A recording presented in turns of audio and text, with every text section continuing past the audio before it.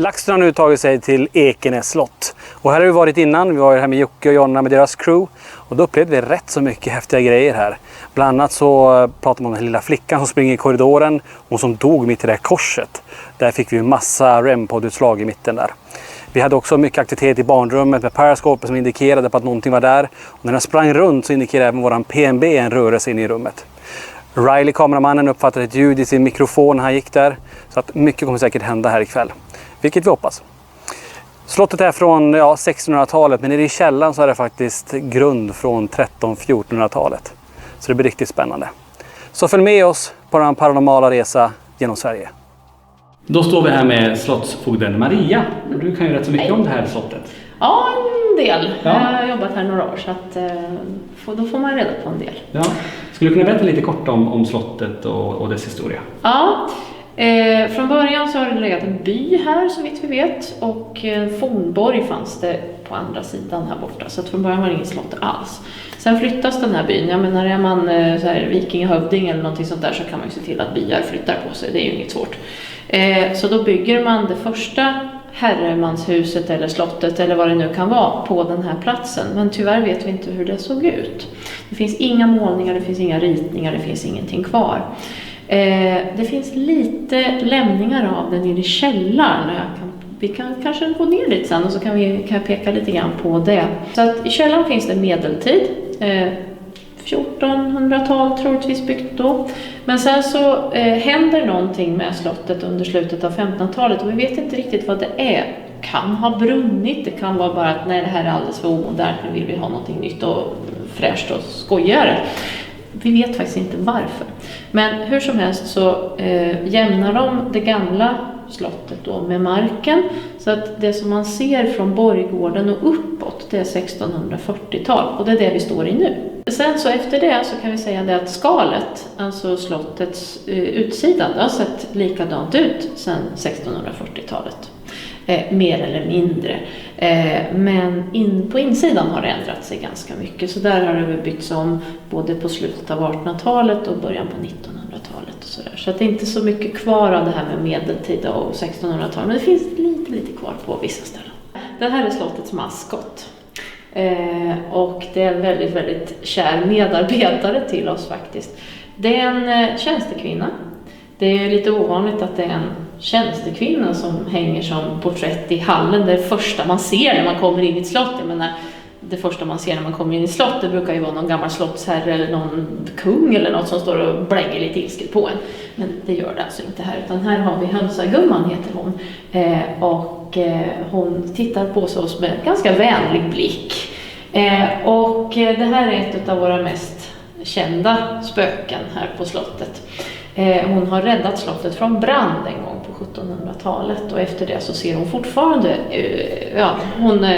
ser fortfarande efter slottet åt oss så att det inte ska börja brinna här, så man får inte flytta på tavlan för då börjar det brinna. Det vill ju inte. Man får inte titta bakom tavlan heller för då dör man inom en vecka. Enligt en lokal sägen, så att det är lika bra att man skippar det faktiskt. Så vi som jobbar här gör det som en liten, ska vi säga, hedersbetygelse till henne. Att så fort vi kommer så säger vi hej hönsagumman och så kan man berätta för henne vad man ska göra. Det tycker hon är trevligt tydligen, har vi fått reda på. Och sen så när vi går så är det sista vi gör det att vi säger hej då hönsagumman. Men då var det faktiskt ett medium som berättade för oss en gång att hönsagumman, hon förstår inte riktigt varför vi säger hej då här uppe vid tavlan. För att hon följer oss ända till dörren. Så att, hon är en kär vän kan man väl säga. Lite som att ha en gammal farmor eller mormor som går liksom och dammar i hörnen. Så det är väldigt hemtrevlig. Det är en väldigt trevlig känsla. Så då har vi tagit oss ner till källaren. Det är lite kallare. Och är det här den gamla delen här? Det här är den gamla delen. Så det här är 1400-1500-tal. Så här inne så har vi till exempel en trappa som inte går någonstans och det är ju ganska knäppt. Men någonstans, det här har ju naturligtvis gått någonstans någon gång. Den gick upp i det gamla slottet, men var den slutade eller vad den hade för syfte, om det var en kökstrappa eller något annat, det vet vi inte alls. Tyvärr, i och med att vi inte har någon form av beskrivning av hur det här gamla slottet eller herresättet såg ut då. Så finns det en eldstad här också som vi inte riktigt begriper på. Det har inte varit kök här inne ska jag säga. Många tror det. Alltså, ja, men det här är köket. Nej. Köken ligger utanför slottet. För det är de som brinner. Och om man då om köket brinner så brinner ju hela slottet upp. Och det vill man ju inte. Så därför så har man ju då köket utanför. Men det finns en orsak till också varför vi står just här inne. Förutom att det är här vi har de mesta grejerna från medeltiden. Och det är väggen som är där bakom. För att där har vi då en liten historia om stallpojken Nisse som ska vara inmurad bakom den där väggen. Nisse visste lite för mycket om en viss greves förehavanden, skulle hjälpa honom att undanröja bevis. Greven kommer på lite för sent att han har vittnen med sig som då ser det här. Och det kanske han skulle ha tänkt på lite tidigare, kan man ju tycka då, innan man drar igång en sån här apparat. Men då är det då någon som får slå ihjäl Nisse mer eller mindre. Och sen släppa in honom i slottet. In i en skrubb som då ska finnas enligt uppgifter där bakom. Och sen för att Nisse inte ska röra sig någonstans, då murar man till och med igen om skrubben. Så att den där väggen får man inte, visst man får ju röra vid den, det är ju helt okej. Men man får ju alltså inte börja och hacka i den eller någonting sånt där för att ta sig in. För att då ska stor olycka då drabba de som försöker. Och det här hände väl senaste gången på 40-talet där det var 3 stycken som skulle försöka sig ta sig igenom den där väggen. De kom inte så långt för att han ramlade ner för trappen och bröt benet. Den andra han slog i huvudet i ett handfat här uppe på övervåningen så han höll på att förblöda. Och den tredje tror jag fick lunginflammation och höll på att förtvina. Så att det var efter det så är det ingen som har vågat försöka sig på det här då. Så att Nisse får vara där han är. Det har varit väldigt oroligt här nere i källaren. Många har känt av det och jag känner väldigt lite, men det har varit någonting sådär som är lite oroligt. Men sen för ett antal år sedan så hade vi ett medium här och hon hjälpte Nisse till andra sidan och det var någon som tog emot honom där och efter det blev det faktiskt lite lugnare här nere. Men hans kvarlevor så att säga ska fortfarande vara där bakom, om man tror historien naturligtvis. Ska vi ta oss upp till Grevinnan kanske? Just det. Då går vi dit. Se, då är det ett väldigt blått rum. Ja, det är väldigt blått och det beror på att det är fullproppat med arsenik i tapeterna så att det är därför. Det är inga problem att stå här, det är inte giftigt så, men börjar man att riva hit och ha sig då det är inte så bra. Men det här är då vi kallar den för den blåa salongen eller grevinnans salong. Och här har vi då en grevinna som kommer och hälsar på oss en gång om året. Hon har alltså varit död i 100 år nästan. För hon dog 1920 eller 22 någonting sånt där. Och hon kommer ett speciellt datum och vi har precis passerat det. Det är den 2 maj som hon kommer. För då ska hon nämligen göra något speciellt för hon ska namnsdagsfika här inne. Och det är bara det att det inte är hennes namnsdag utan det är hennes mans namnsdag. Han heter Filip och det är Filipdagen det här då. Dessvärre så är ju då maken inte inbjuden till det här så att den stackars karln han får inte komma, det är jätteknäppt. Men i alla fall, grevinnan hon ska ha fika och då ska vi ställa upp det här. Så riktigt kaffe och riktiga kakor ska stå här till 11-kaffet den 2 maj. Annars så blir grevinnan sur och så kastar hon alla möblerna runt om i rummet. Och det har vi i och för sig aldrig varit med om. Men däremot om slottsfogdarna har glömt henne, vilket har hänt, eller har glömt den här och uppmärksammar den här dagen, så har det försvunnit saker. Kanske inte just den dagen, men det har försvunnit saker under året sen från här. Så att det har varit små saker så. Lampglas i en lampa till exempel, en duk försvann. Någon prydnadssak försvann och lite såna där saker. Då står vi ju här i ett rum som jag känner igen. För det var ju där ute som jag såg det här ljusfenomenet i det här rummet. Det var ju bara jag som såg det. Kan du berätta lite om just den saken? Alltså det här rummet har ju då, det är ju så att varje slott måste ha en grå dam eller en vit fru och så här saker. Det är liksom obligatoriskt om man har ett slott. Och här ska det då vara en vit fru. Så att vita frun kallas hon här. Alltså enligt det jag har hört så, det är alltså en skepnad som visar sig när någon som bor på slottet ska dö. Och eftersom det inte har bott någon på slottet på väldigt länge, de sista flyttade ut på mitten på 30-talet, så har hon inte visat sig särskilt mycket så vitt vi vet. Så att vi vart ju lite nervösa för din skull då verkligen när du såg saker här inne så. Hon mördar ingen, eller så, det är ingen mördare på något sätt, utan det är ett dåligt tecken bara. Så att ser man Vita frun, ja då är det nog dags att börja se över testamentet, ungefär så går historien. Och att det här kan ha varit rum då som man använde sig av när folk var väldigt sjuka eller låg för döden eller någonting sånt där, för det är ju liksom väldigt ljust och fint och sådär, att det är utsikt åt 3 håll och sådär, att man kan tycka att det kan vara lite trevligt kanske på att sluta sina dagar i de här rummen. Så att en del som har varit här uppe känner av att det har varit mycket sjukdom och sådär, alltså att de känner sånt. Men just Vita frun tror jag nog att, eller ljusfenomenet som du såg, det är du nog ensam om, i alla fall den här sidan 30-talet och har sett. Ska vi gå vidare till ett barnrum? Ja, det kan jag. Då är vi i barnrummet. Där händer det ju jättemycket sist vi var. Ja, precis. Det var ju faktiskt lite lattjo tyckte jag. Det här har vi höga förhoppningar ikväll om. Men kan du berätta lite grann om det här rummet? Ja, det här ska ju då vara barnkammaren i slottet. Ja, historien som finns här kring, och nu kan jag säga att den här historien har jag väldigt sällan dragit för. Men i somras så var det ju alla, så fort de kom ner till dörren och jag började guidningen så frågade de, var är Hedda? så att hon vart alltså känd över en natt, den här. Det är alltså en liten flicka som heter Hedda som spökar här uppe. Hon är inte mördad på något sätt, vill jag understryka, men hon var väldigt, väldigt sjuk och hon dog när hon var 8 år gammal.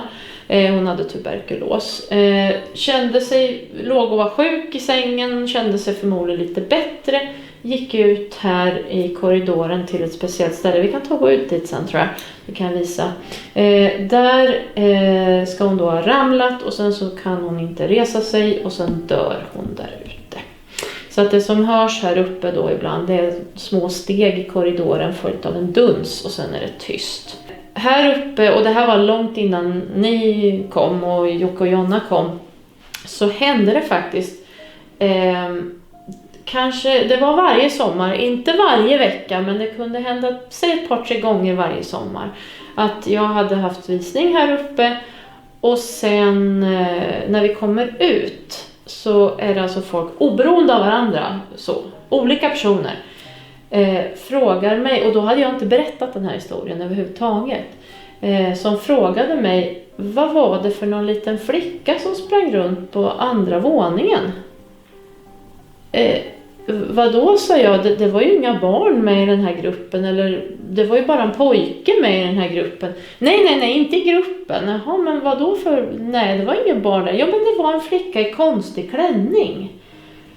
Okej, då förstår man ju. Så att Hedda, hon, vad vi förstår så letar hon efter någon att leka med. Hon är lite busig, hon liksom kilar in i gruppen och liksom kollar läget.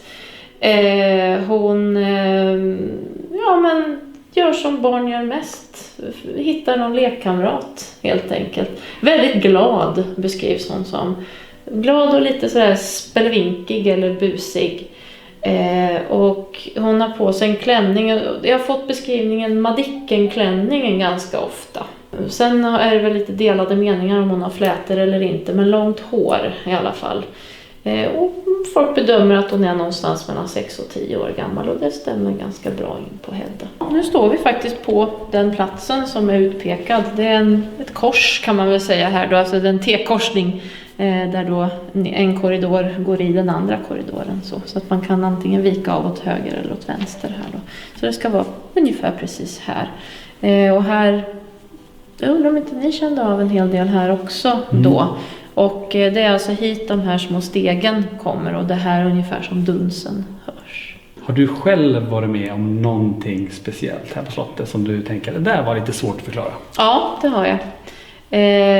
Jag var alldeles ny som slottsfogde. Det var i källardörren här nere. I och för sig skulle vi kunna gå dit så kan jag beskriva vad som hände egentligen.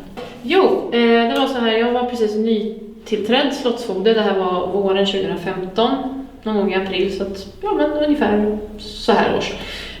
Jag hade varit här på slottet, det var ganska rörigt just då i huvudet på mig också, ska jag säga, för att det var mycket och det var grupper hit och det var liksom kaffe hit och annat och sådär. Så att det var troligtvis någon slags markering från hönsagumman, tror jag. Men jag vet inte. Hur som helst så var det så att jag hade stängt, det finns 2 ingångar till slottet. Det är liksom den gamla personalingången och så är det stora huvudingången. Och jag vet att personalingången, den var helt stängd. Det fanns inget fönster som var öppet i slottet. Och jag kommer in genom stora porten. Så jag kommer in genom stora porten här borta. Och jag stänger den ordentligt bakom mig så att det liksom klickar till i dörrlåset. Och börjar gå den här vägen här. Då är det så då att om det nu skulle ha kommit ett korsdrag så skulle det ha kommit med samma när jag stängde dörren, kan jag tycka. Men jag har alltså stängt dörren, den hade klickat i, den hade gått i lås. Jag går upp för den lilla trappen här borta, kommer här och jag är nog ungefär där du står, alltså så långt ifrån den här dörren. Jag är så långt ifrån den, alltså jag går i utkanten på mattan och jag hade alltså inte nått den här dörren med armen ifall jag hade sträckt ut armen. Precis när jag passerar den så gör dörren så här. Det är så hårt? Ja. Med sån kraft? Ja. Vad Och tänkte du då? Jag skrek rakt ut, naturligtvis. Det var liksom, jag trodde att taket höll på att rasa ner över mig sådär. Sen inser jag ju då att det är den där dörren som har smält igen och att allt annat är intakt. Så då börjar jag gapskratta. Och säga, okej, jag fattar. ni vill göra mig uppmärksam på att ni är här. Okej, jag fattar. All right. Och sen så säger jag, förlåt hönsagumman, det är lite rörigt i huvudet. Det var liksom att hon vill säga, nu berättar du för mig vad det är som är fel. Så att jag berättar för henne att det var rörigt och sen var det lugnt. Har inte råkat ut för någonting mer efter det. Så det var liksom att, bara så du vet så är vi här. Och jag brukar säga det att jag tror på spöken, men jag är inte rädd för dem. Och det märker de nog, och jag försöker visa respekt till dem. För att jag är ju på ett sätt gäst i deras hem. Och jag vill gärna fortsätta vara gäst i deras hem. Så att jag försöker att hålla en bra samarbete med mina spöken. Och jag hoppas att jag lyckas helt enkelt så att jag får komma tillbaka.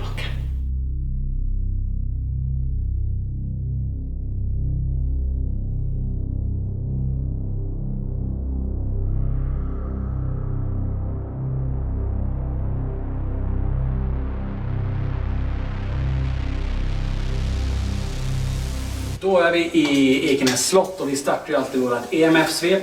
Vi har med oss brorsan som filmar som alltid. Sen har vi faktiskt med oss Lena och Anders. De här för att göra ett reportage. Så att om ni har någonting i bakgrunden så kan det vara dem. Som vanligt, vi börjar längst ner och här är vi i källaren egentligen. Och det är här Nisse sägs vara inmurad i väggen. Så vi sätter igång och kollar ifall vi hittar de naturliga källorna.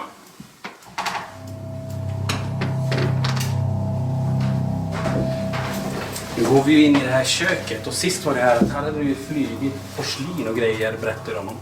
Så här får vi se ifall det är någon som är ikväll.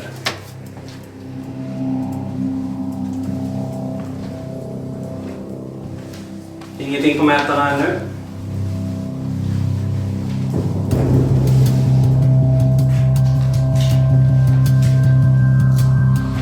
Lugnt här. Då går vi in i pikornas rum och aktar balken här.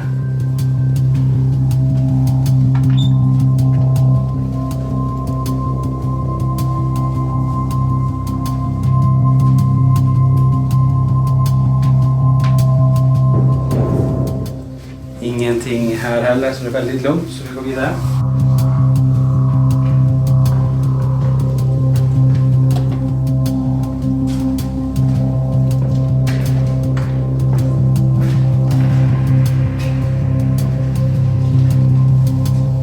Ingenting här, går vidare.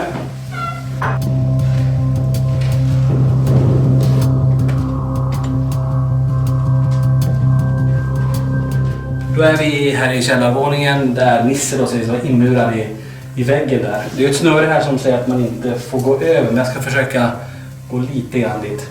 De säger också att de som rör den här väggen och försöker jobba här och riva ner det här, så har det hänt massa så här tragiska saker med dem.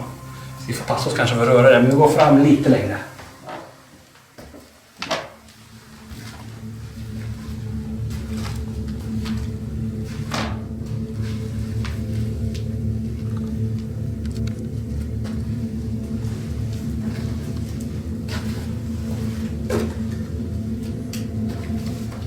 Ingenting. Och det här är också den äldsta delen i slottet. Från 1300-1400-talet. Då är vi klara här i källarvåningen. Inga utslag, så vi går upp en våning till. Då sätter vi igång med mässrepet här i matsalen första.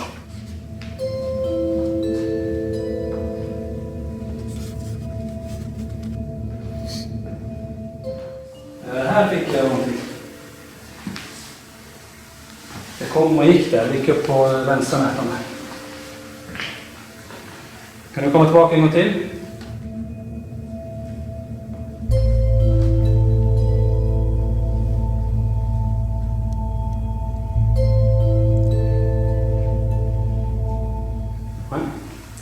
Jag får bara kolla lite grann, nu ser jag bara framför stolen här.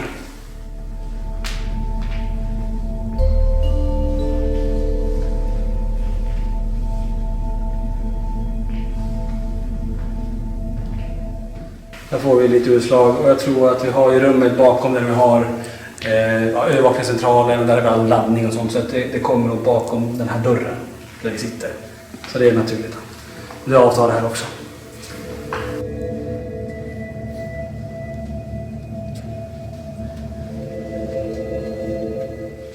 Då är vi här i blå rummet där det sägs att Mathilde Klingsborg brukar hålla till. Framförallt i början på maj, och det är vi nu. Så att man brukar sätta fram någonting och fika till henne här. Ska vi kolla om det är någon som är här.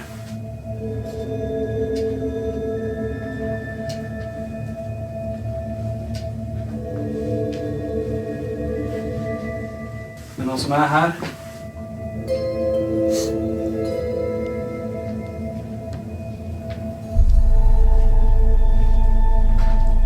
Ingenting på mätarna. Det är bra. Nu går vi vidare här i den långa korridoren med en massa smårum här egentligen. Så vi ser om vi får kontakt med någonting här då.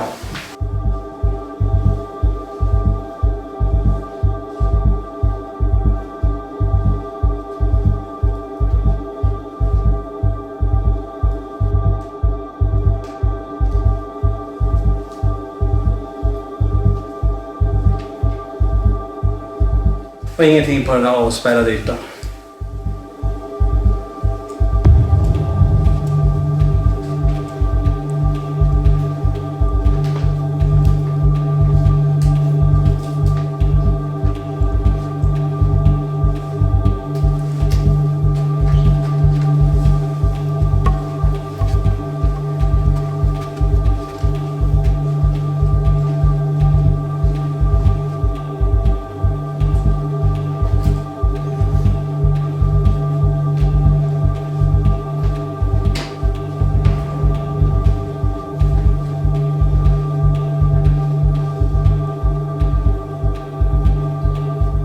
Ingenting här inne heller.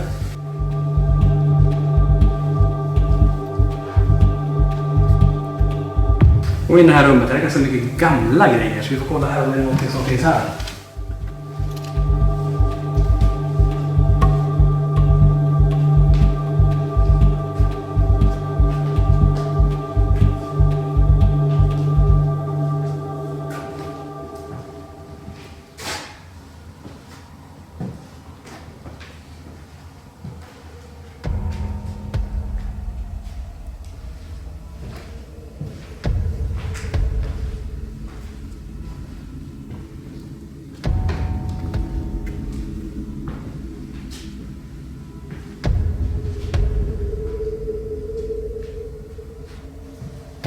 Då tar vi oss en våning upp och känner av den här trappen först.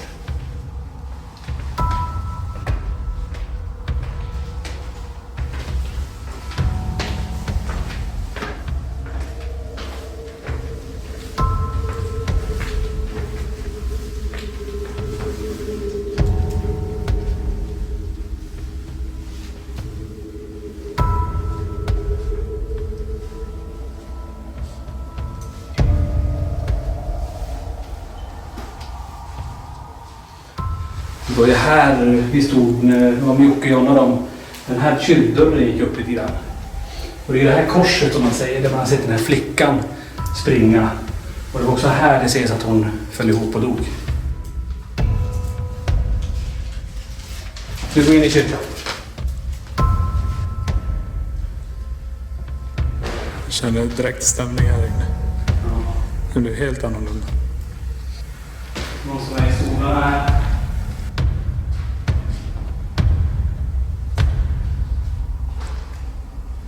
Den här sidan först.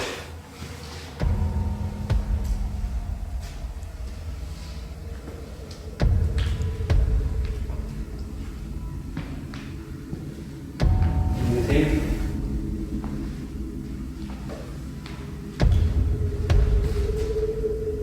Då är vi klara här i kyrkan. Fick inga utslag, men Niklas kände ju någonting här inne i alla fall, så det är ju bra inför ikväll också.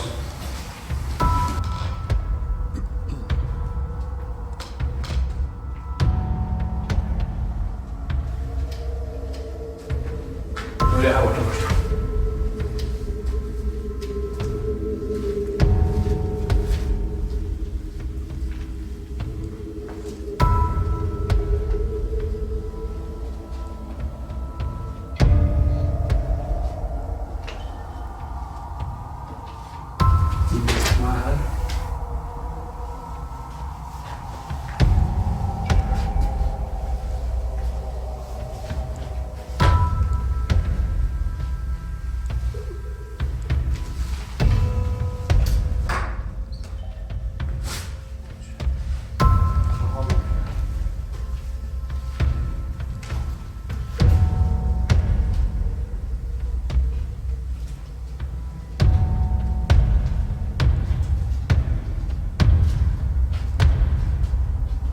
Det var här, precis faktiskt här, och vi gick, det var Riley, Jocke och Johanna gick ut från det här rummet där jag såg den här blixten, det ljusrummet som lyste upp hela rummet. Det finns ju en historia där att man säger att den som ser det ljuset inte har så långt kvar att leva. Jag såg ju det, jag står fortfarande här, men det var riktigt häftigt, det var bara jag som såg det också. Men alla sprang ut här, och i den här korridoren så fångade också Riley, kameramannen alltså, någon som viskade han i örat på sin vänstra sida. Det var precis här det stod.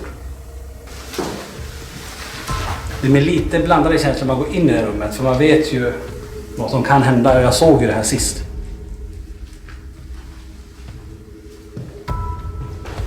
Eller direkt så här, första rummet jag känner så här, någon form av rysningar då. Kanske har med det jag kände innan, det som hände innan, för jag stod faktiskt här. Och hela rummet lyste upp helt vitt. Alltså det är ljudet som kom också. Alla sprang ut här. Så jag stod ju kvar och tittade mot det rummet. Men fick ta hand om de andra där.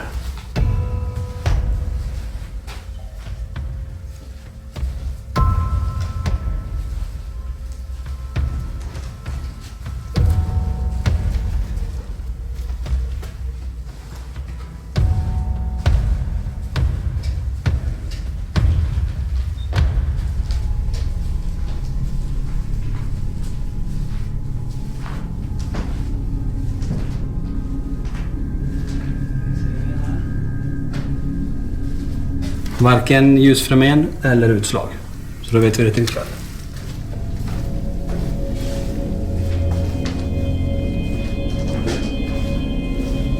Nu ska vi gå in i barnrummet. Det var här vi var sist vi fick utslag på Periscopen och PNB.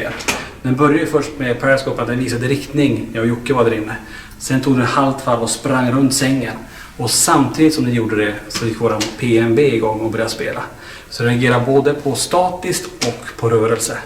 Det var häftigt. Så vi går in och kollar där.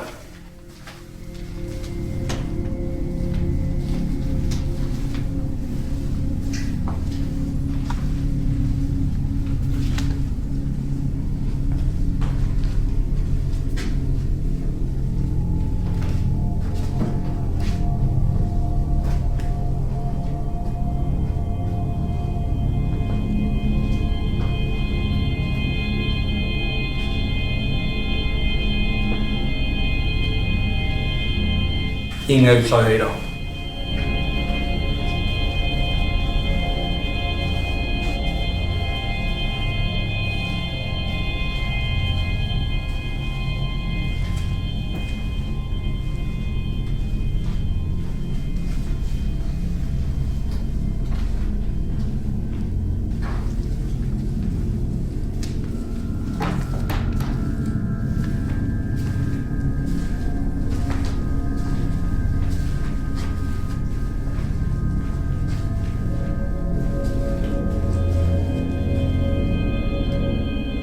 Då är vi utanför ingången till vinden. Och det var här vi stod sist när vi såg, det var kanske brorsan du såg, nyckeln vridas om, som att det var någon som var på väg hit.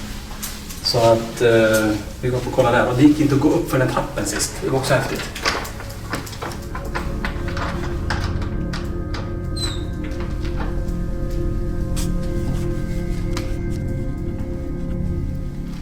Jag har för mig att vi fick utslag på mätarna då också.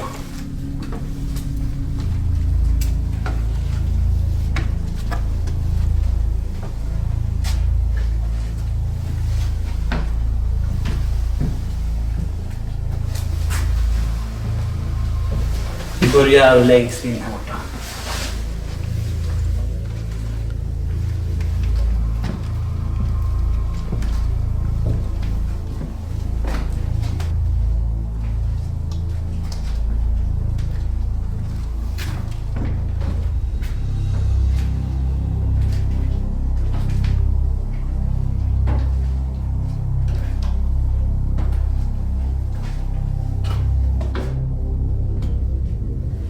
Ingenting i det rummet.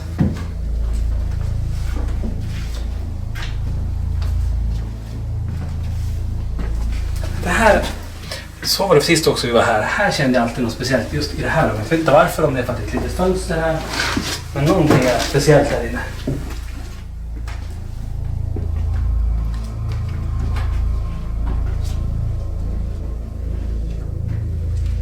Vi får ingenting på mätaren här.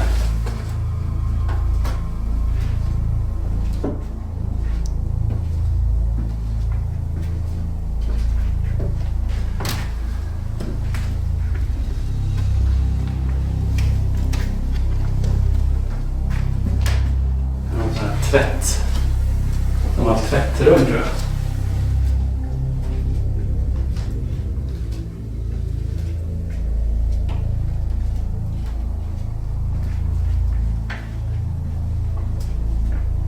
Ingenting här heller. Då går vi högst upp.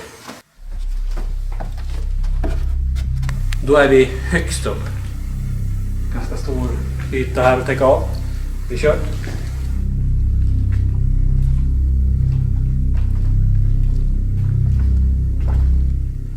En doft av kära.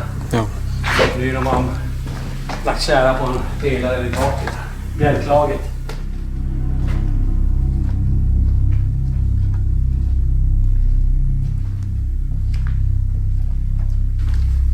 Någon som är här. Det är någon här. Kan ni komma mot mätaren?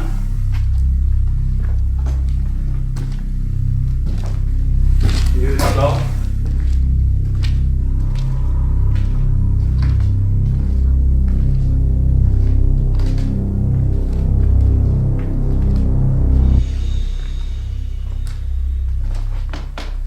Då är vi klara med EMS-svepet här på Ekenäs slott. Vi har gått igenom hela slottet, från källaren upp hit.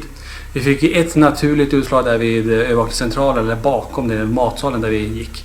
Sen fick vi ett vid den här stolen. Det kanske vi ska ha lite koll på. Så nu är det dags att köra den första sessionen.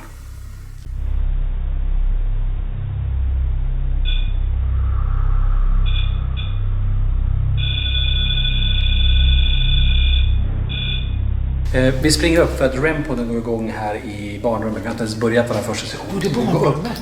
Ja.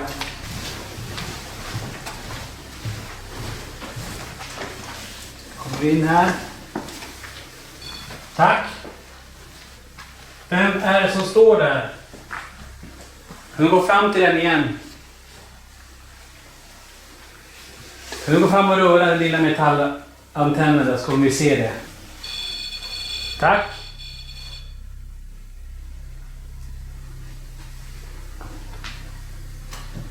Är det flickan som är här inne? Nu går fram till den här mätaren igen i så fall.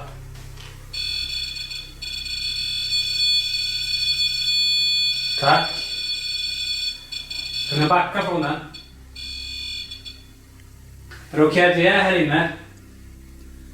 Jag vill att vi ska gå ut härifrån så får du lysa upp lampan nu.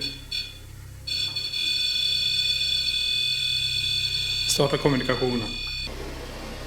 får lätt huvudvärk här inne. Ni som har tittat på utredningen innan vet ju det, att när jag känner av just huvudvärk så är det som att då brukar det vara någonting i rummet och du ska se om det släpper sig när vi går ifrån bara. Om det är flickan som är här så finns det olika saker du kan gå fram till här. Du ser nallen bakom mig till exempel. Om du går fram till den lilla nallen där så kommer den ändra färg.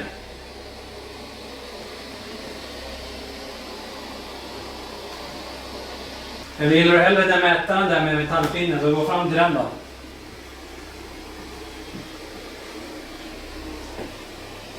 Prova att lägga kommunikationen vid dockorna på soffan. De kände ju så mycket där.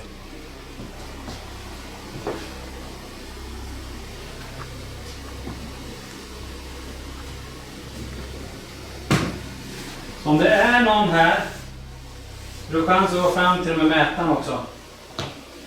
Och lysa upp. Men kan du spela på pianot där borta? Från en enda liten tangent där så kommer vi höra det.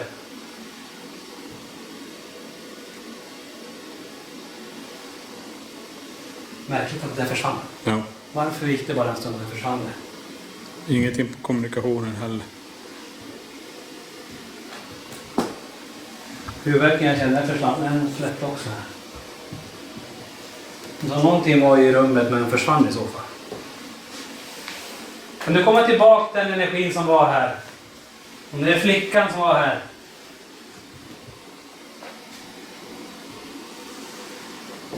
Du går fram hit till pianot här så ser du den här lilla. Så låter den så. Kan du gå fram till den nu?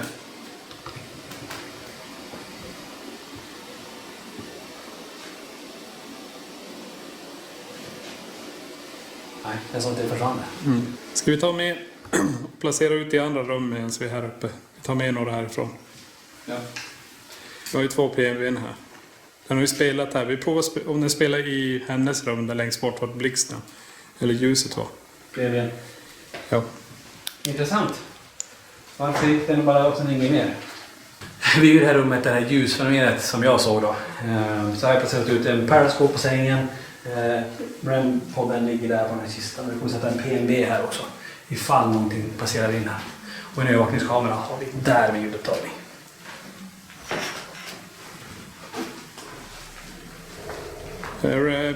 Periscope, Ja. periscope. Tack. Tack. Lena. Anders. Kom. Tack så mycket. Ja, kom. Kan du komma hit? Kom. Du lyser paraskopen där. Tack så mycket. Och där försvann det. Det är intressant. Den lyste upp och så börjar den andra runt här. Kan du komma en gång till hit?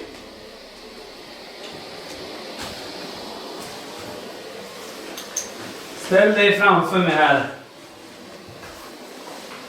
Sist jag var här i rummet så såg vi det här starka ljusfenomenet. Kan du komma tillbaka den energin här och ställa dig framför mig?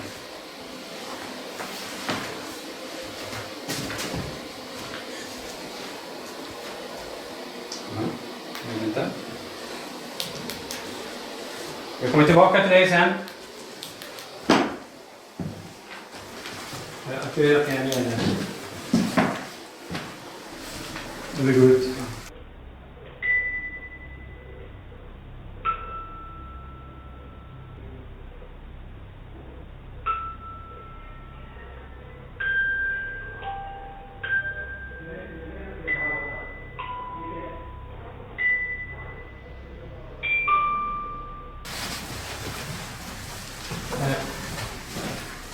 Vi hör ljud ifrån barnrummet här. Vi hinner inte gå mellan sektionerna så. PMVn spelar här. Tack! Vem är här?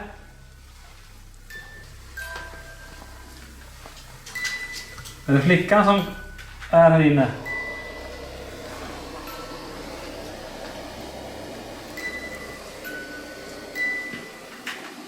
Och flickan är här.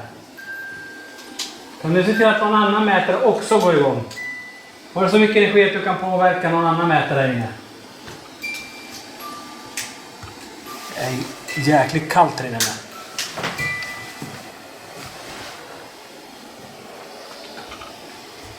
När jag kom in här igen så får jag den här huvudvärken igen.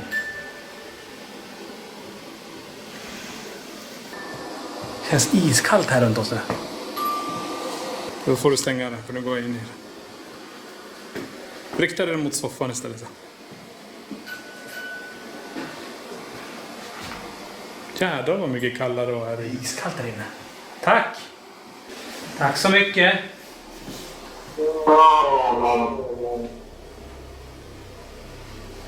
Vi lämnar det här igen. Det känns som någon känner det. Kan du göra det en gång till på min hand? Hur går det här? Vad säger ni? PNB. PNB. Blir ni yra? Du känner yrsel? Båda två? Shit vad kallt det är här inne. Det är alltså iskallt. Ja, jag fryser för mig. Här, så här kallt var det inte innan. Du känner av dig här inne. Det är jättekallt och du påverkar där bakom också. Att man känner yrsel. Instrumentet. Hör ni? Instrumentet. Tack. Du påverkar vårt instrument där. Vad kallt det är inne. Det är som att det är en vägg av kyla här. Som inte var innan. Kommer det rök? Jävlar vad kallt det blev här. Det är iskallt alltså. Jag gick in i en luftvirvel. Ja, jag säger ju att det kommer. Så mycket har det blivit kallare i rummet. Jag riktar om den här så om du nu är här.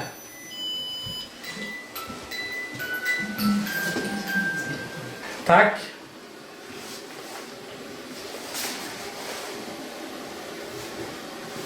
Vi gör så här, vi lämnar dig i fred här. Eller om du vill att vi ska vara kvar kan du gå fram till någon av instrumenten i så fall. Så stannar vi en stund till.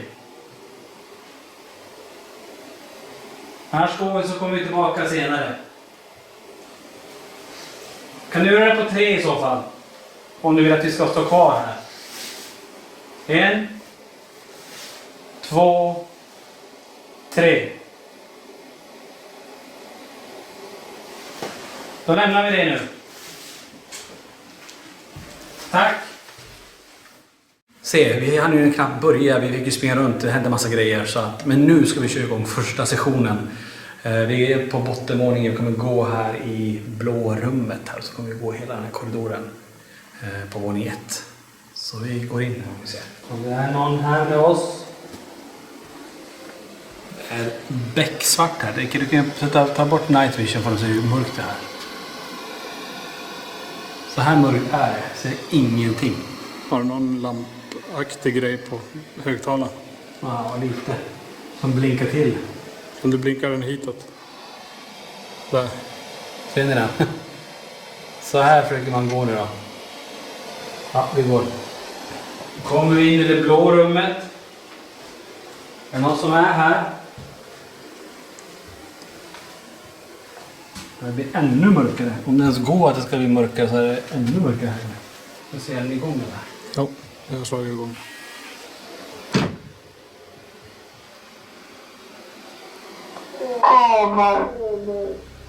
Kommer. Kommer, tack. Du brukar ju vara här. Här är det också.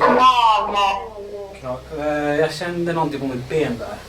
Jag måste bara tända och se om det är något jag gick emot. Det var det, tack. Såg inte stolen. Här är det också samma känsla som i det här barnrummet uppe. Det är iskallt här. Vill inte.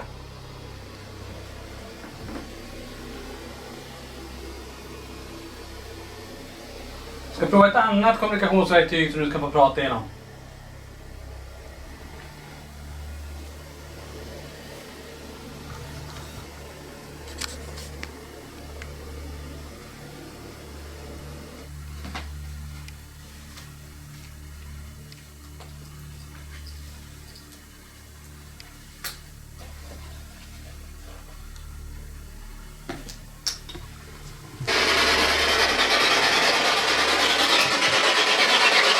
Har vi någon med oss?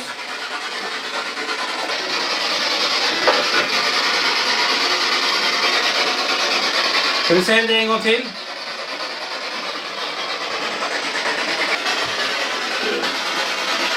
Det var mansröst där. Det är en man. Nej.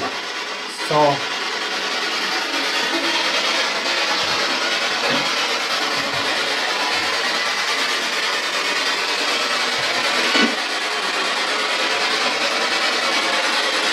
Jag tänker så här att vi går i korridoren för var vi får mest kontakt.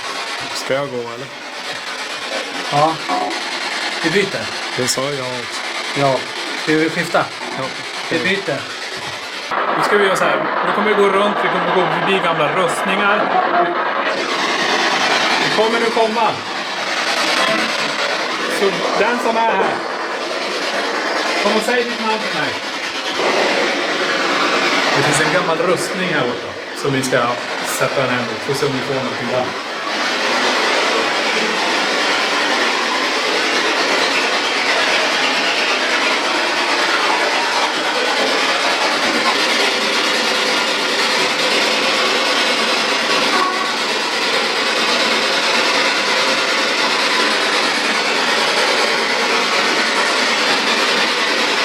Vem är det som har haft den här rustningen?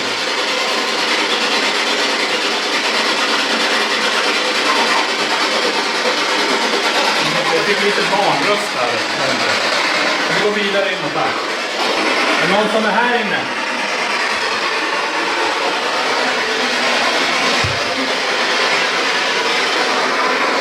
det någon som sitter här?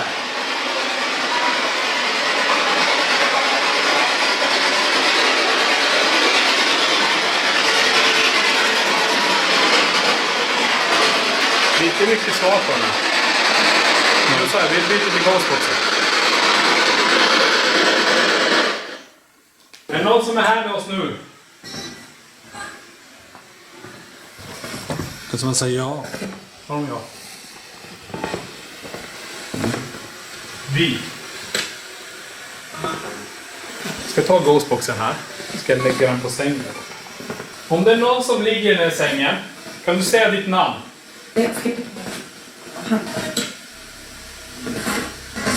Ghostboxen säger ju knappt någonting.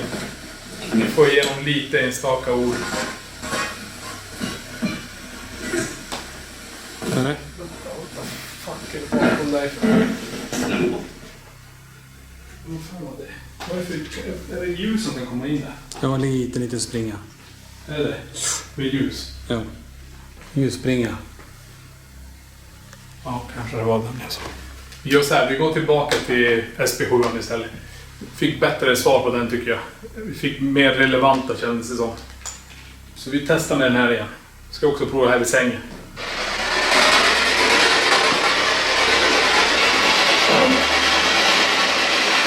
Den kom hit. Den kommer upp till det här igen.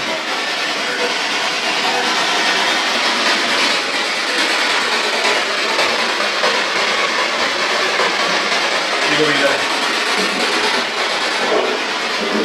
Wow, vad är den där?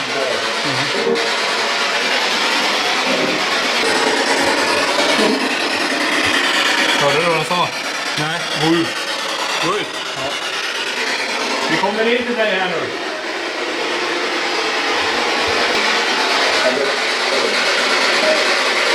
Det är som kan ni gå. Det var inte mycket svar här heller. När jag fick när jag gick in och så gå ut, sa jag. Och jävla klart och tydligt. Då går vi ut därifrån.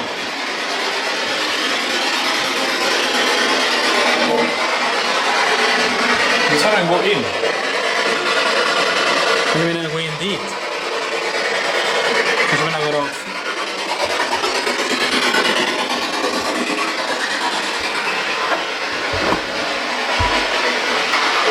Det är ju nu, jag ställer inga frågor, ingenting. Jag kan bara gå nu och se om det är någon som säger hej eller någonting. Du får ingenting.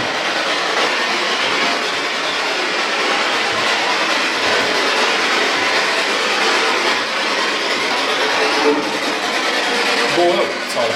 Gå upp. Nu gör vi så. Vi kommer köra spiritboxen hela vägen upp, ända upp till barnkammaren.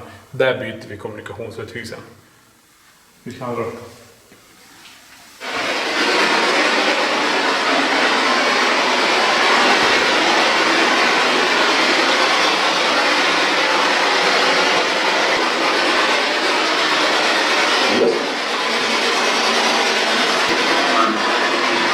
Här börjar det komma lite.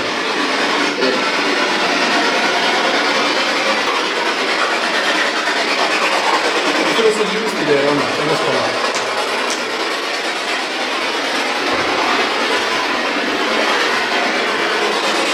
Ja.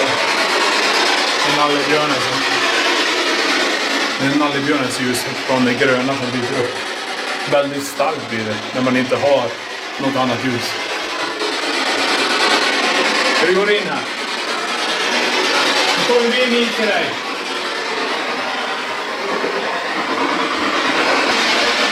Finns det en liten flicka här? Kan du komma in till oss här?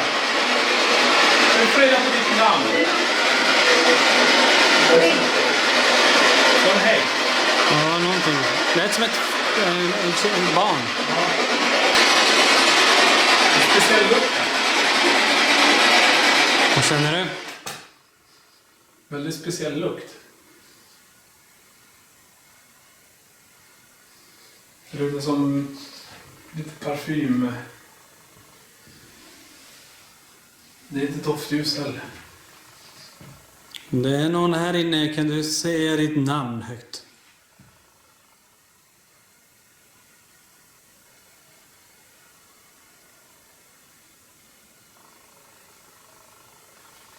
Prova lite till, sen byter vi.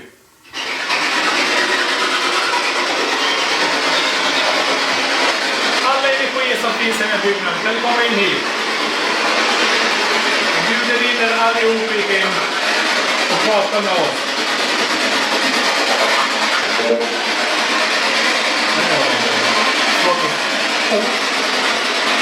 Det var ett hej.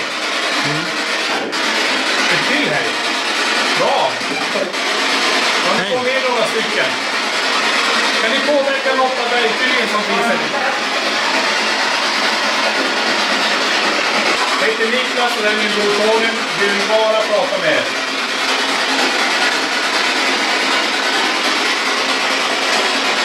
Kan ni säga ert namn?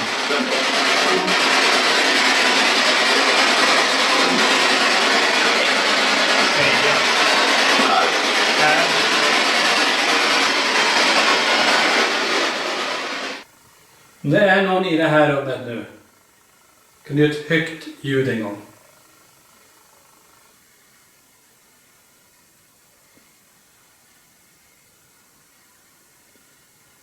Den lilla flickan som har sett så här, kan du komma in i det här rummet och göra ett ljud till oss?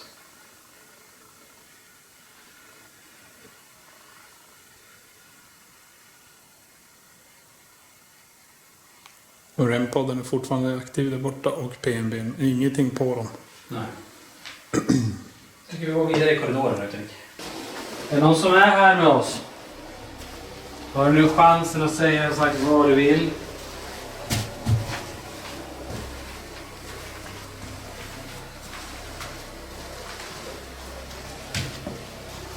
Ja.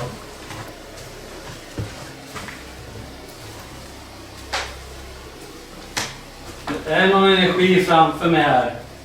Kan du försöka stoppa mig att inte gå in här?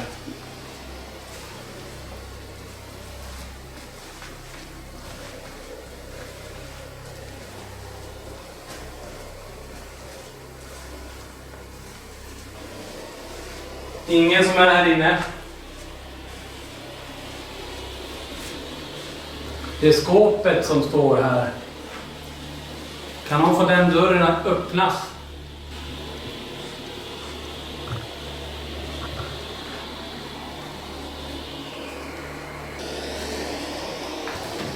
Här kommer en annan doft.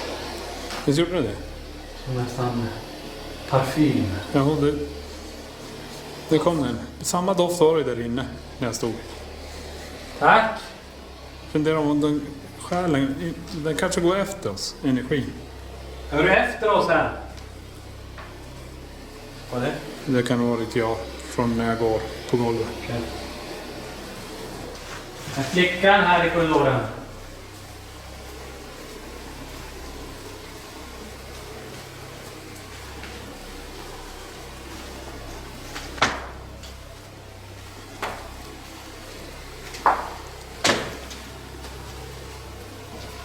Vi tycker vi avbryter här, Nicke. Okej. Vi lämnar här alltså. Vi omgrupperar oss lite grann. Om du och Sofia går iväg så tar ni den här delen. Och kanske upp lite på vinden. Så tar jag och Linda källaren. Jag tänker framförallt det här med att hennes släkt har varit inblandad i det här med Nisse i väggen. Ja. Så vi går ner. Ja. Nu ska jag och Sofie gå upp. Vi ska gå först till det här ljusrummet. Och sen efter det ska vi gå upp på vinden. Så nu är PNB, vi har lite periscope och allting. Så vi knallar upp. Är det någon här uppe med oss nu?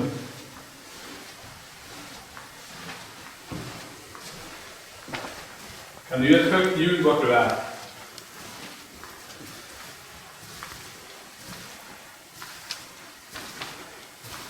Det är rätt mörkt. Det är därför det går lite sakta. Det är lite trösklar och allting. Är det någon som är här inne?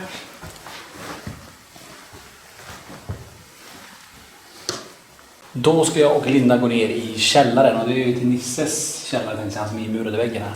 Ja. Så vi kan få kontakt med honom kanske. Så vi går ner.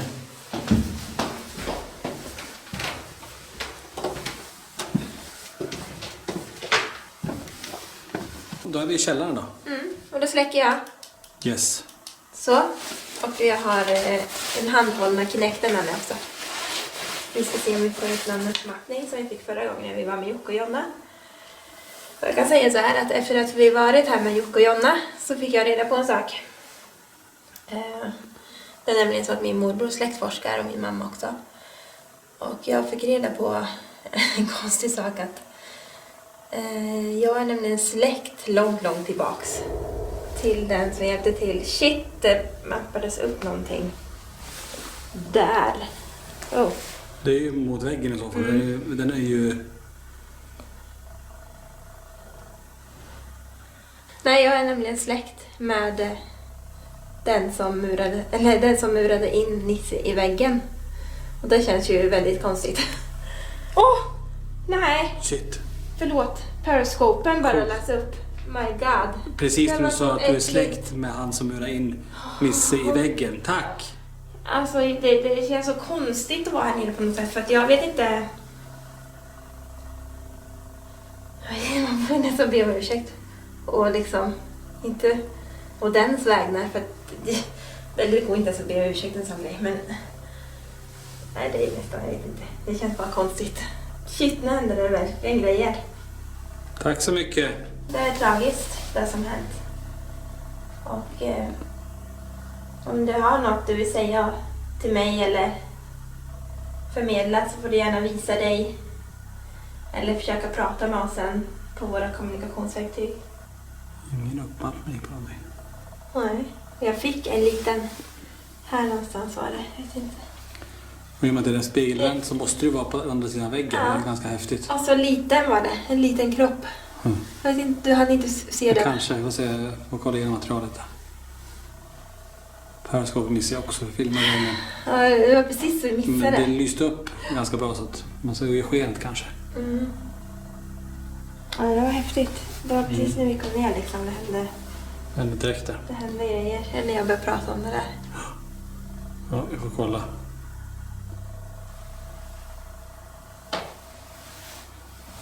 Ja. Tack. Tack så mycket. Vi ska försöka kommunicera lite grann.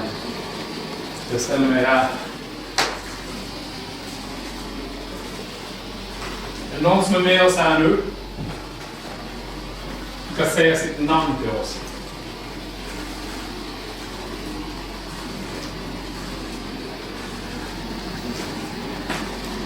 Om du kommer in till oss här nu så kommer en liten speldosa att spela lite grann. Du har en grej vid sängen, om du rör vid den så kommer den låta. Så har vi en till grej vid sängen som du redan har varit och rört vid 2 gånger. Och den har faktiskt gått runt här inne. Där ingen har varit i det här rummet, vi har sett det på övervakningen.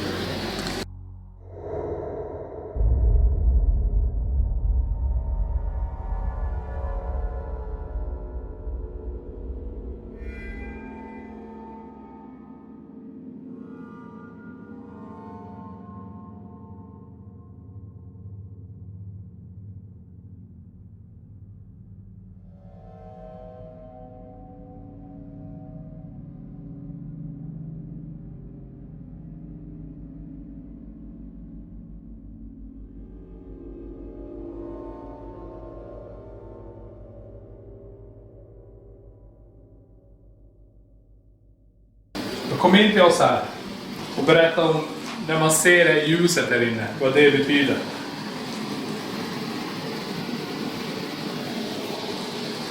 Jag lägger det på sängen. Om inte du vill ha det verktyget i sängen, så få något instrument här att gå igång. Genom att bara gå nära det. Vi är här uppe nu. Tony och Linda nere i källaren.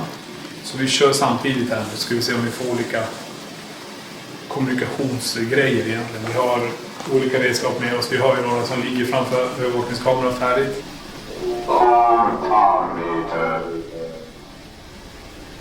Det lät som hårt arbete. Det lät som hårt arbete.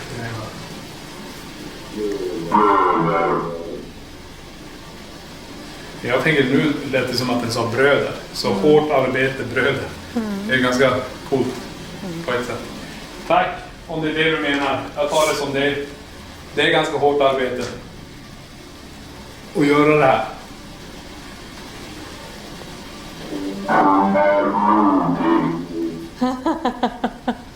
Tack. Tack. Precis det hon är. Vilka rysningar jag fick. Ja. Känner vi till dig? Vet du vem vi... Det är 4 ryttare. Nej. Okej, då vet jag att du är med mig här. Du har följt med mig hit också.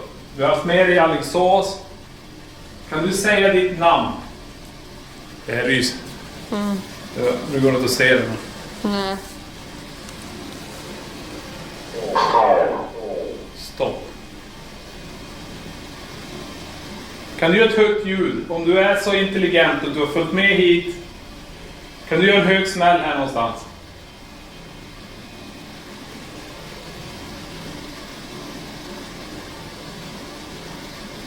Kan du få något av de här instrumenten att gå igång?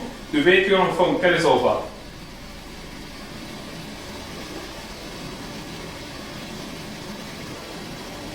Vad är det som händer med folk? Slutade. Det sa stopp och så säger den slutade. Det här rummet, om du ser det ljuset, vad betyder det? Kan du säga vad det betyder? Som mamma.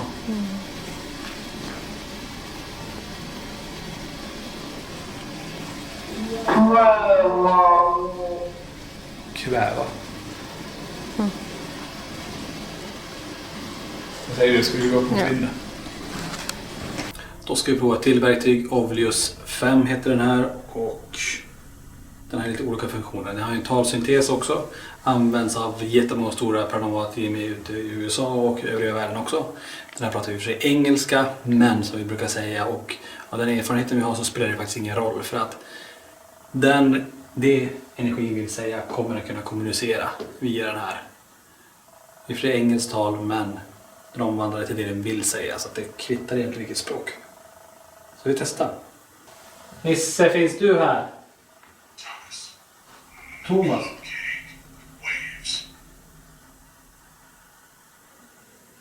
Thomas, sa jag. Inte min morbror i andra namn. Utan det? Thomas, är det ett vanligt ord eller namn i USA, eller?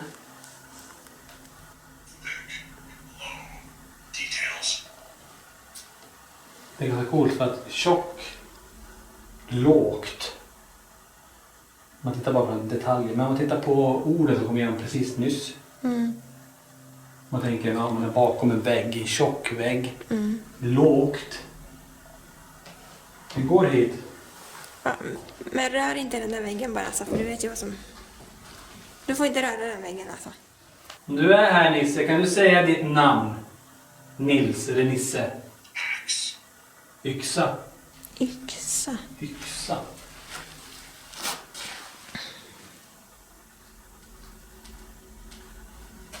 Eller är du på något annat ställe? Hur kommer jag över snöret?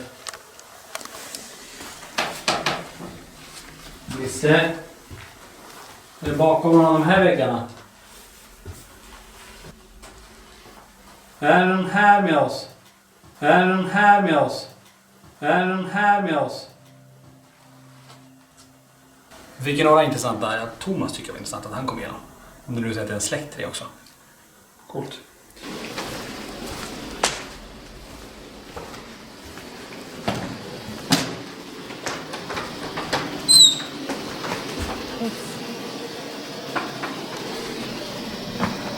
Det kan bli så.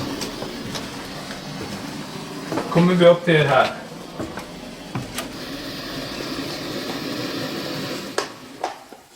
Uff, här var det en annan känsla. Vad är det? Känns som ett tåg.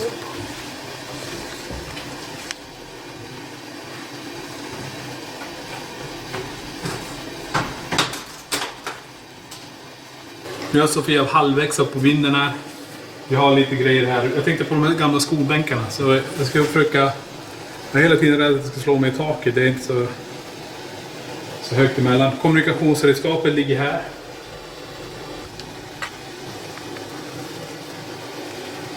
Jaha, så är det. Periskopen. Handhållna periskopen gick igång och indikerade både med grönt och rött där borta. Kom till oss här. Vi såg ju att du var där borta nyss. Oj. Kommer nästa. Bra, tack.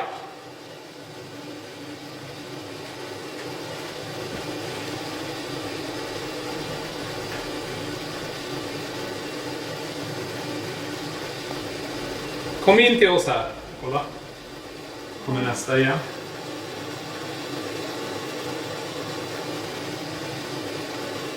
Ser du dem? Ja. Känner du någon lukt? Ja, det luktar som... Inte typ... Inte kära, men typ... Kära luktar det definitivt. Ja, men- För de sätter ju det här. Det är ju precis just nu så luktade det svavel. Det luktade Varför säger inte så? illa. Det gjorde det. Vad är det? Vad sa du? Vad är det? Vadå? Vad är det med din hals? Nej, men det är som spindelvävskänsla. Det är som att jag spindelväv i hela ansiktet. Jag har gått in i det. Inget svar. Ska vi ta sista och gå högst upp? Jag tror jag vill det. Vadå allra Nej, jag högst upp? förstår det. Vi ska visa tittarna. Jag respekterar ditt beslut. De här trapporna här. Så måste du ta det hela vägen upp. Och är man trött nu som du är. Jag tror vi går in i det här Jag istället. känner mig inte riktigt bekväm att gå ända ut dit. Nej, och då gör vi inte det. Så här, om du står kvar där. Ja. Låter vi PNB vara här. Vi tar kommunikation. Jag placerar ut dem här. Stå kvar där.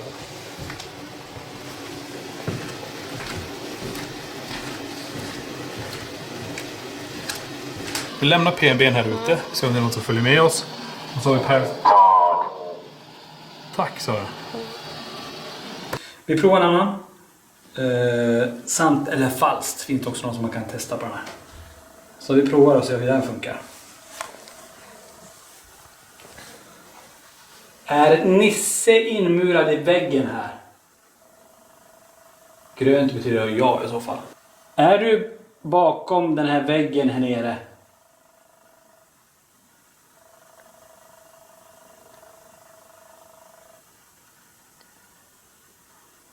Nej, inget svar.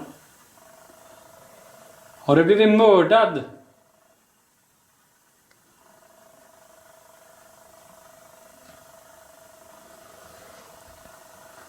Inget svar. Inget svar. Vänta, ja, säger den. Är du kvar här nere? Ja. Wow. Är du bakom väggen där? Är din kropp bakom väggen? Det vill säga, tack. Heter du Agneta?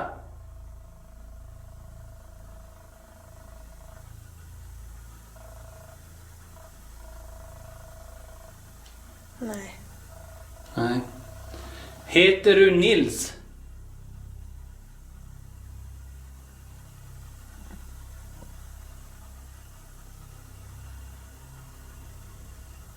Heter du Nils?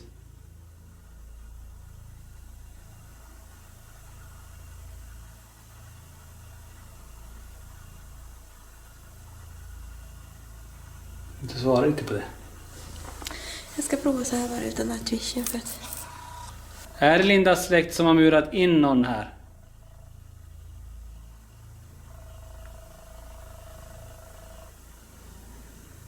Är det en liten pojke som är inmurad?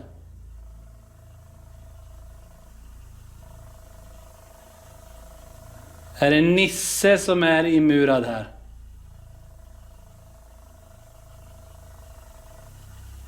Varje gång vi säger det så slutar det nu att prata om Nisse. Mördad. Vem är det som blivit mördad här? Kolla bakom mig. Så det? Nej, jag hann inte, du stod framför. Ja. Den periskopen, när han håller lilla periskopet gick igång där bakom. Vem är det som har blivit mördad här?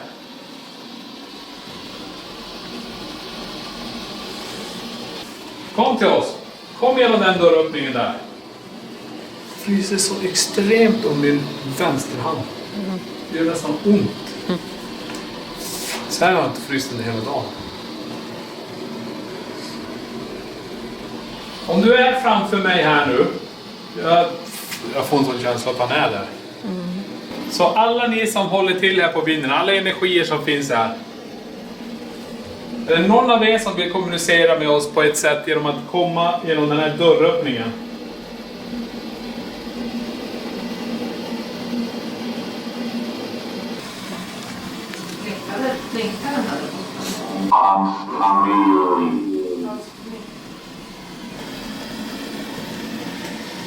Gör ett högt ljud någonstans.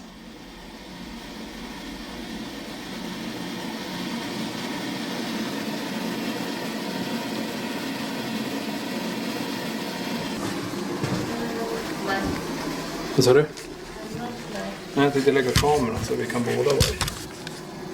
Om jag ställer mig här. Du står där. Kom in till oss här nu. Ja, den här vill inte kommunicera med mig i alla fall. Nej. Ska jag ta av dig? Ska ni värma händerna? Jag får kort på mig. Ja, ta fram den.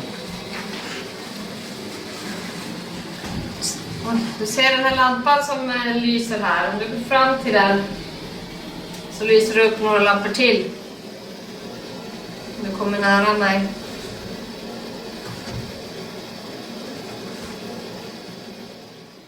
Vi avslutar det avlösen. Vi testar lite grann med den. Både talsyntesen och det true or false. Häftigt. Det finns även mer funktioner, men det kan vi testa en annan gång. Det finns en motion, man kan höra rörelser och saker också. Vi provar ett annat kommunikationsverktyg. Om det är någon där bakom Linda vid dörren där, kan du komma och kika in här? Om det är någon liten pojke där, kan du visa ditt ansikte lite snabbt?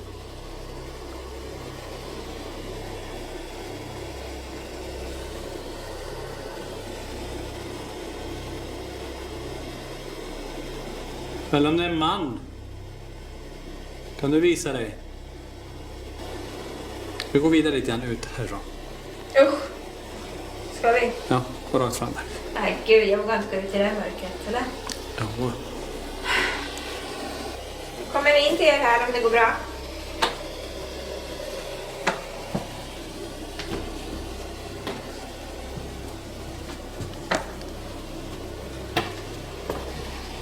Det sägs att porslinen skramlar här inne.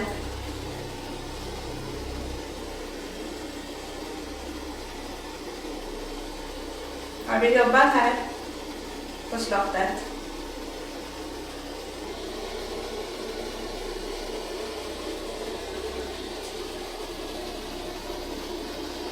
Var det du? Nej, ja. Nej, du såg bara. Men, Det är så på sig. Som en liten sten kastas. Ja. Kanske där inne. varsågod. Där.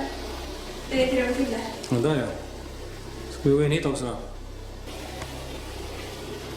Nu är vi här inne. Var det här någon kastade någonting? Jag hörde ett ljud härifrån.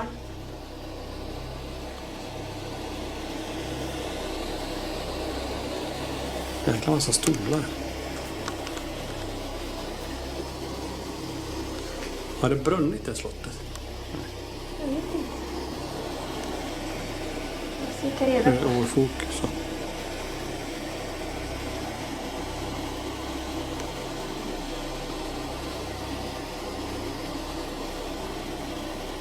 Någon här inne med oss.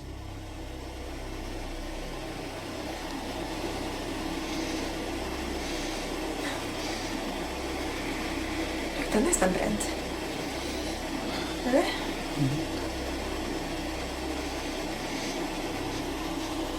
Det är en spegel där borta. Är det någon som står där vid spegeln?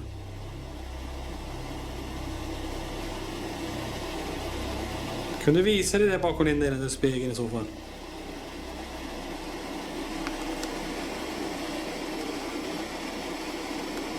En tavla kanske. Nej, men då avslutar vi den här sektionen så går vi upp igen.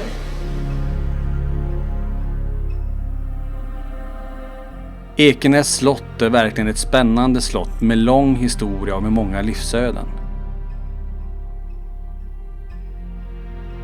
Inte minst Hedda, det lilla slottsspöke som fortfarande springer omkring i slottets korridorer, som många har sett.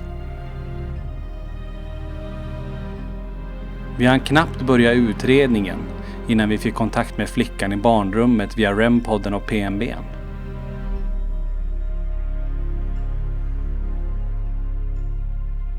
Kort efter så gick periscopen igång i rummet där Tony vid en tidigare utredning sett ett starkt ljus.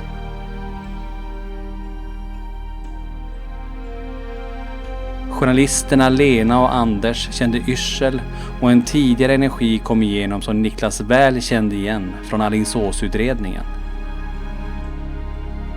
Kan det vara så att energierna förflyttar sig och följer med oss på olika utredningar? Ekenäs slott är inte på långa vägar klar att avslöja alla sina hemligheter och var så säkra att LaxTon lär komma tillbaka igen.